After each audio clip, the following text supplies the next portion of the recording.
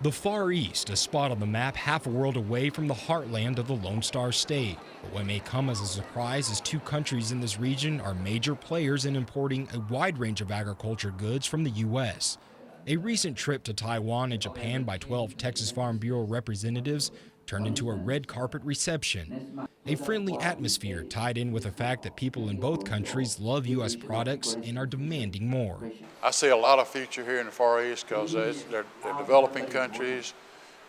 Some of them their per capita income is on the rise, and as those incomes rise, I see that they'll be looking for better products in their diet.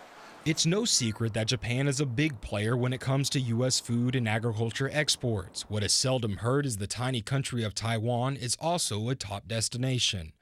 The densely populated mountainous island is home to 23 million people on a stretch of land about the size of Maryland and Delaware combined. Taiwan ranks in the top 6 markets for U.S. agriculture products. Outside of the U.S. and Canada, it's number 1 in consumption per capita. A heavy Western influence is apparent throughout the capital city of Taipei. Pork is number 1 in Taiwan, with poultry following closely behind. There is little cattle production, which spells nothing but opportunity for Texas ranchers. I think there's a real interest in buying the higher grade beef, by better quality steaks, particularly Angus beef. However, the U.S. is trumped by Australia in total beef exports. On the other hand, the domestic pork market is nearly self-sufficient. In Japan, the capital city of Tokyo is as modern as any in the world. Skyscrapers tower as far as the eye can see. It's the largest metropolitan area on the globe. When it comes to food, the Japanese are quick to fork out a little more money for higher quality. Japan boasts the 3rd largest gross domestic product in the world, behind the U.S. and China. However, with such a dense population spread out over a country slightly smaller than California, food production is a challenge. I was amazed how small the areas of the farmers have to work with. It's just very small, and they use every bit of land that they can possibly use, with the population being so high. Japan farmers and ranchers can only meet 40% of the food needs in the country. Rice is the only self-sufficient crop. That's where Texas and the rest of the U.S. come in. There's a lot of folks here, and they depend upon us to feed them to a big extent. I mean, it's a real market for us in the United States. When it comes to feed grains, the U.S. Grains Council says Japan is the top export market for U.S. corn and second for sorghum.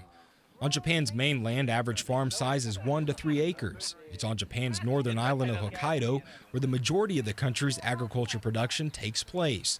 The soil there is some of the richest you will ever see. 80% of it is volcanic ash. The growing season is comparable to that of the panhandle of Texas, late spring to early fall. Winter on the island runs from November to May. The average farm size is 40 hectares or around 100 acres. Cooperatives are common in Japan and are referred to as JAs, or a Japan Agriculture Cooperation. The JAs showcase some of the most modern storage facilities found anywhere, made possible by government subsidies that account for 50% of the equipment cost. JAs also handle farm inputs. They are very similar to co-ops found in Texas, acting as a storage facility and commodity trader. They have created a price for their products that's equitable in their marketplace so they can survive and live like everybody else. In our country, we set our price at the lowest common denominator instead of at a common denominator equal to what our people earn as far as their ability to pay. Questions answered at a local dairy on Hokkaido solidify the notion of such a price structure.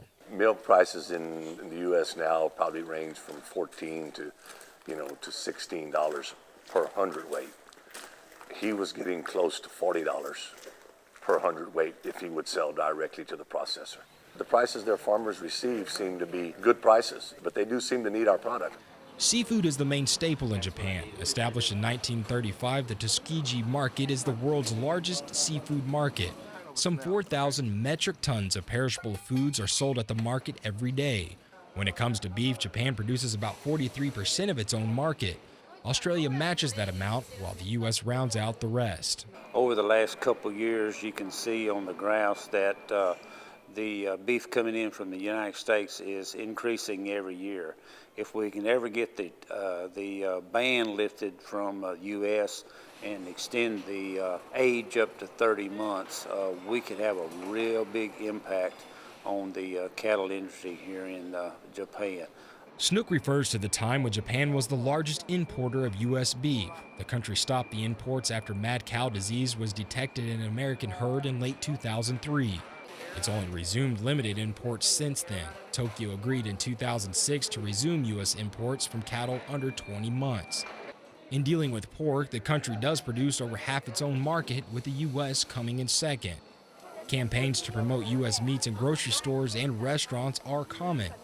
TFB representatives on the trip became part of the campaign, stopping in local grocery stores, sporting their Stetsons, and visiting with customers as meats from Texas were grilled and sampled in the store. Opportunity abounds in both Taiwan and Japan.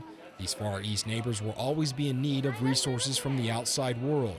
With so much competition across the globe, both are coveted markets. We've got to maintain. We have some competition, especially from countries that's in grain sorghum, for instance. Maintaining is going to be a major problem for us. As long as we can keep the quality and everything up, we'll be all right. As for increasing trade, there are political hurdles. Protection of local producers is a key issue in both countries.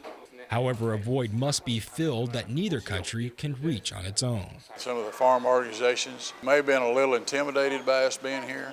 They might have been a little bit concerned that we were trying to work on their markets, taking some of the markets away from them that they had developed. But I think after our meetings today that we've assured them that we're here to expand on what they're doing and not take away their markets.